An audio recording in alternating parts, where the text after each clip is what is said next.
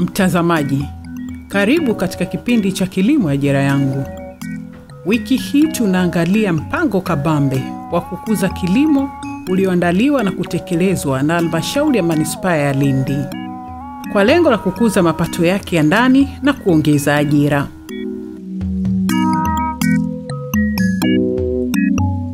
Mpango huu kabambe nilioutaja ni wa kubadilisha mapori yote ambayo hayana tija na kuyageuza kuwa mashamba ya korosho. Timu ya Kilimo Ajira Yangu ilifika kwa mkuu wa mkoa wa Lindi, na hapa anatueleza kwa nini waliamua kuchukua maamuzi haya.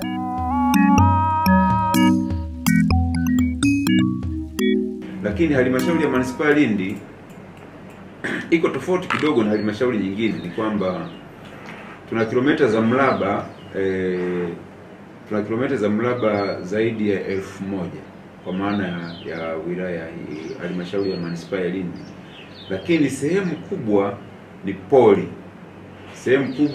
Na maeneo haya yaliingia wakati na undwa kuwa halmashauri ya Manispaa.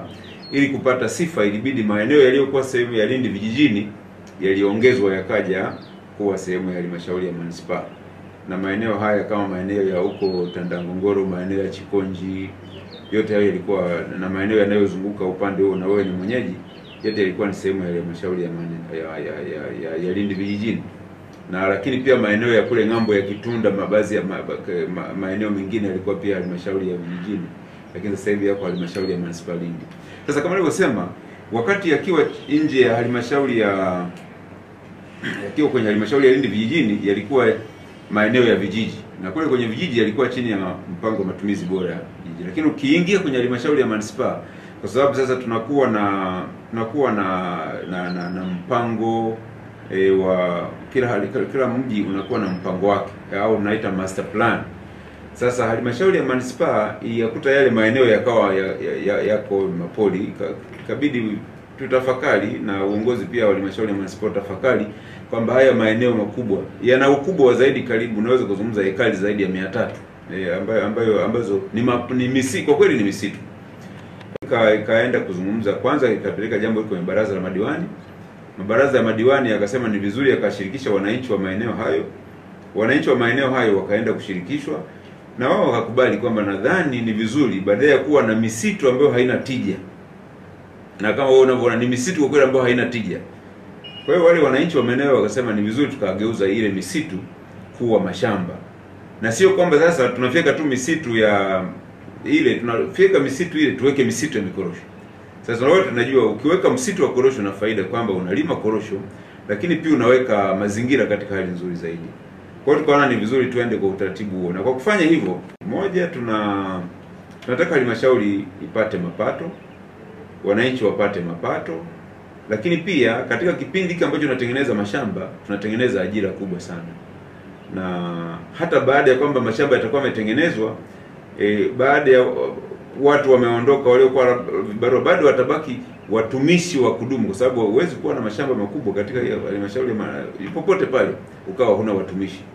Kwa hivyo, kwa mfano, kwa mwaka huu halmashauri ya Manispaa imetenga karibu ekari 40,000 ambazo wananchi mbalimbali wa kutoka hapa Lindi, kutoka nje ya mkoa wa Lindi, ambao pia wamepewa maeneo hayo. Katika hali ya kawaida, kama tutazungumza kwamba unapanda korosho kila ekari ukapanda miche 25, maana utaona kwamba unapeleka karibu miche 1,000,000, na ambayo ndio miche ambayo imeoteshwa kwa halmashauri ya Manispaa Lindi. Nimeeleza hapo awali kwamba mpango huu utaongeza mapato ya halmashauri pamoja na kuongeza ajira kwa vijana. Tumedokezwa tu kwamba takriban vijana 500 wamepata kazi katika mashamba hayo mapya.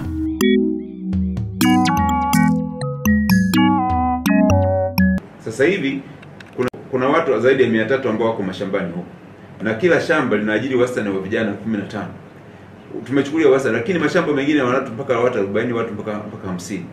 Kwa hiyo na ukichukua hesabu kwamba huyu mtu mmoja tu analipwa shilingi 1500 kwa siku, maana yake nini? Inaeleza nini? Zaidi ya milioni 22,500 zinalipwa kwa watumishi wa kila siku.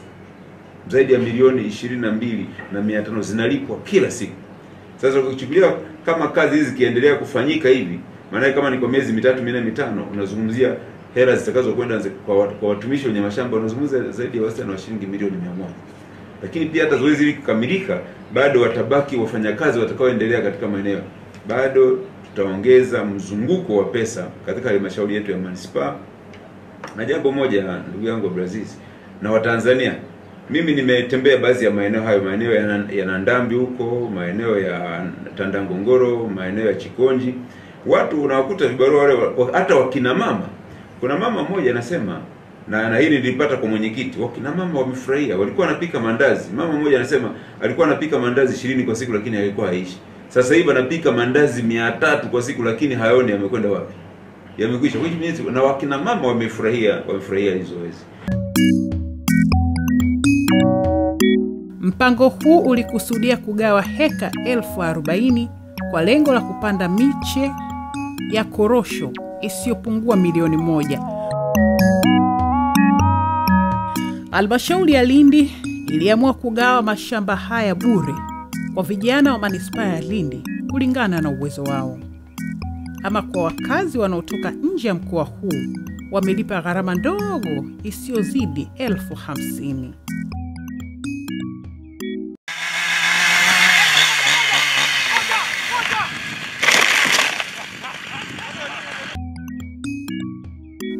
Hapa tupo Mkanga kuangalia maendeleo ya baadhi ya mashamba ambayo tayari waliokabidhiwa wameanza kusafisha na kupanda mikorosho mipya.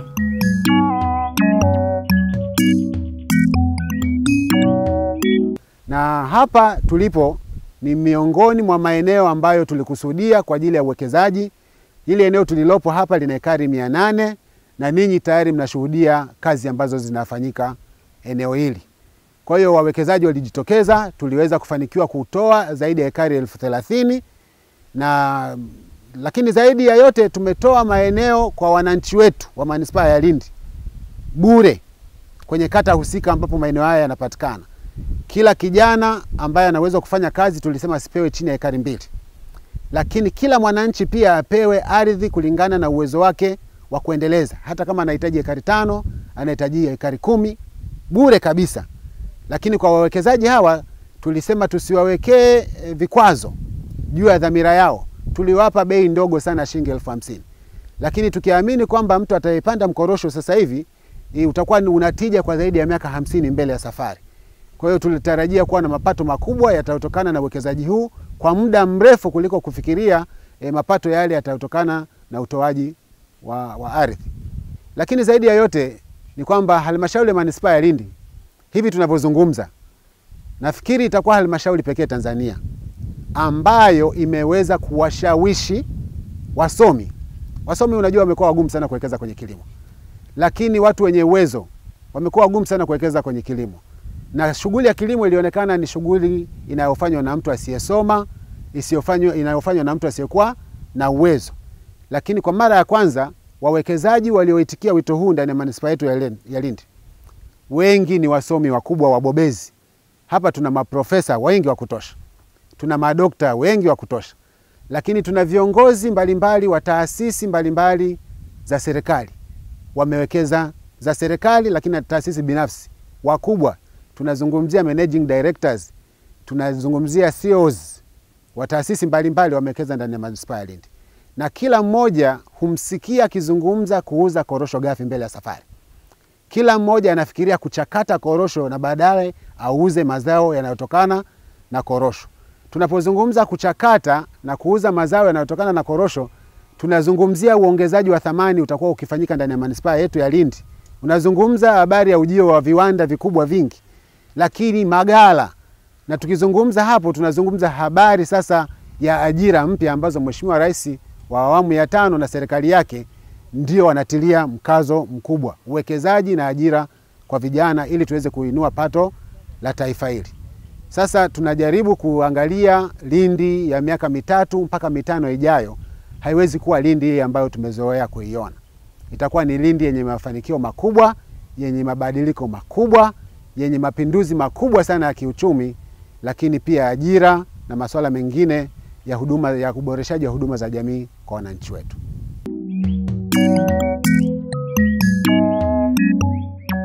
Mashamba haya wamepatiwa wawekezaji kwa lengo la kuendeleza pamoja na kupatiwa huduma za ugani na mbegu bure.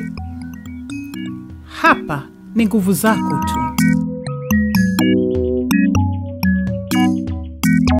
Wito kwa watu ambao tuliowapa maeneo haya kwa ajili ya uwekezaji. Tunaendelea kuwakumbusha kwamba muda wa uendelezaji ni mwaka mmoja na sharti hilo kwenye mkataba halijabadilika.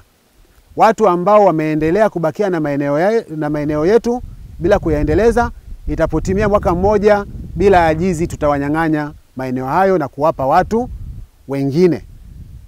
Kwa hiyo tutumie fursa hii kuwataka watu ambao tumewakabidhi maeneo haya wajitahidi waweze kuyaendeleza kwa kasi kama ambavyo mnaona kwa Bwana Conrad hapa panapopendeza. Na hakuna sababu, kwa sababu wote tumewapa kwa kipindi kimoja. Kwa hiyo kama Bwana Conrad ameweza, tunaamini na kila mmoja alipashwa kuweza. Labda changamoto kubwa iliyopo, tunajua ndugu zetu hawa wawekezaji wanahangaika kwa sababu ya ukosefu wa nguvu kazi. Kama nilivyoeleza awali, tuna watu wachache sana ndani ya manispaa ya Lindi. Kwa hiyo hali kadhalika nguvu kazi si ya kiwango cha kutosha. Vijana mahala kwingine walipo popote waione hii kama ni fursa. Tayari tuna vijana kadhaa ambao tayari wamekuja ndani ya manispaa ya Lindi na wengine wameahidi kwamba hawatorudi walikotoka. Hawakutegemea Lindi ni sehemu nzuri ya kuishi kama hivi mnavyoiona. Na vijana wengine mahala popote walipo tunawakaribisha ndani ya manispaa ya Lindi waje wafanye kazi kwa uwekezaji, lakini ikiwapendeza watafute na wao maeneo kwa ajili ya uwekezaji mdogo mdogo na wahisi kuishi Lindi ni sehemu nzuri zaidi kuliko kuishi maeneo mengine yoyote. Kwa nini tunawaita? Sisi tunahitaji kuongeza population. Waasisi wa nchi walitueleza kwamba ili tuendelee, miongoni mwa vitu tunavyohitaji sana ni watu. Sisi tuna watu wachache sana. Kwa hiyo mzunguko wa kifedha ndani ya manispaa yetu ya Lindi unaathiriwa pia na idadi ya watu. Tuna watu wachache.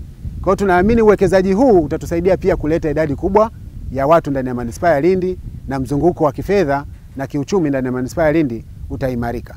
Na uzuri wa bahati ni kwamba hatuwaiti tu, tunawaita kwa sababu tuna eneo la kutosha kuweza kuaccommodate.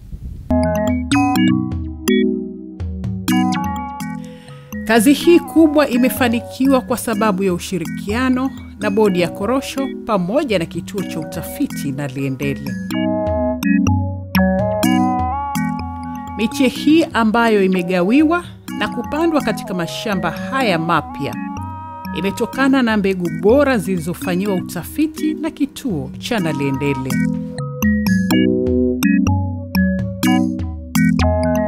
Kimsingi serikali imeandaa mazingira mazuri kwa kila mwenye hitajio kutumia mazingira hayo ili kuweza kujiletea maendeleo.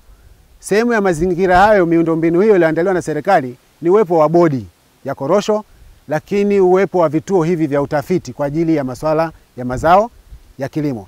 Sasa sisi tulioko huku kusini tuna kila sababu ya kuishukuru serikali na kujinasibu.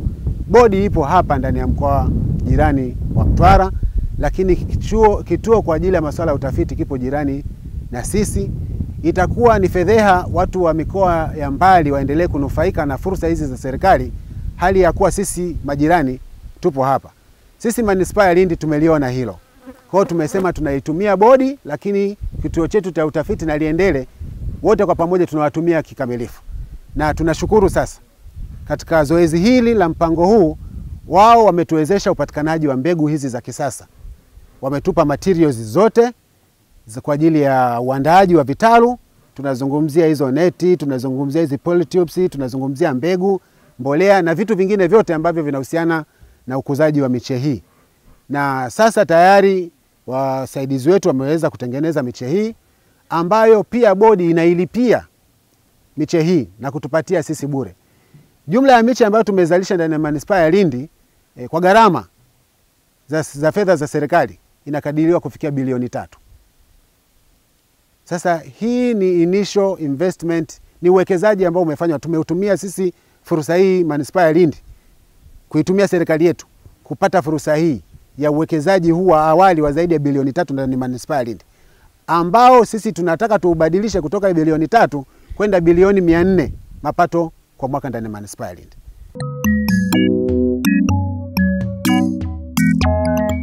Katika ziara hii tulitembelea kitalu kikubwa cha kuzalisha miche ya korosho kilichopo kijiji cha Kineng'ene. Miche huchukuliwa hapa na kupelekwa katika mashamba mapya ya korosho.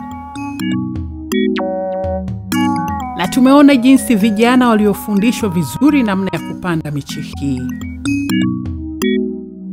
Lakini mtafiti kiongozi anaona kasoro kidogo katika ubebaji kutoka kwenye kitalu hadi shambani.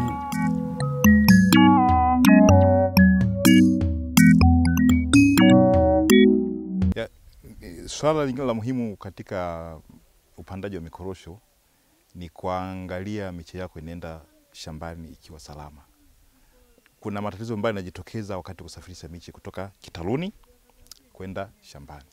Sasa kitu cha kuzingatia, hakikisha miche yako ambayo kwenye mifuko isipate madhara safarini. Madhara yanaweza kutokana na kubomoka kwa udongo ambao umepandia hiyo miche.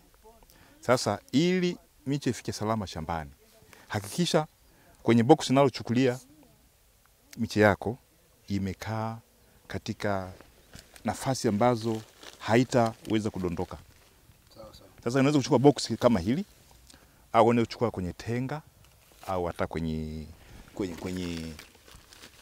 gari. Kwa mfano umepanga vizuri kwa miche yako, hakikisha kwamba imekaa vizuri, isianguke wala isifike mahala ikabomoa udongo.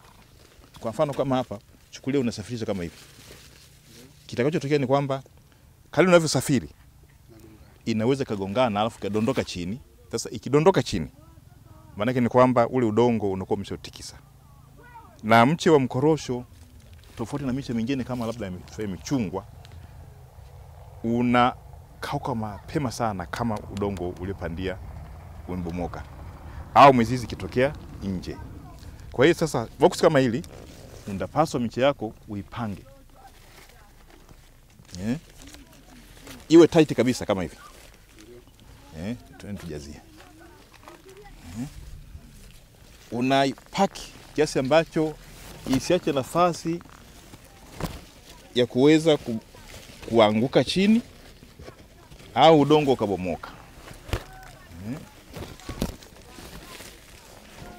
Na haya madhara yanajitokeza wakati mwingine kwa kutokufahamu au kwa sababu ya uharaka wa kubeba miche ili uondoke upesi shambani kitaluni. Kwa hiyo bwana, ni muhimu sana wateja wako wakija hapa kitaluni wanabeba miche kwenye maboksi au hata kama ni kwenye tenga, ipangwe kwa nafasi ambazo haitaweza kudondoka ukiwa njiani.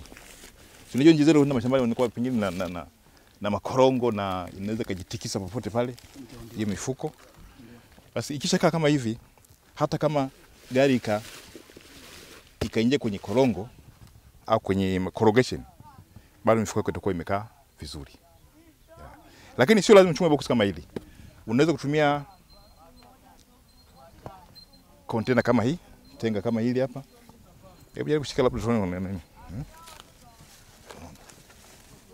Kama hivi. Sasa hapa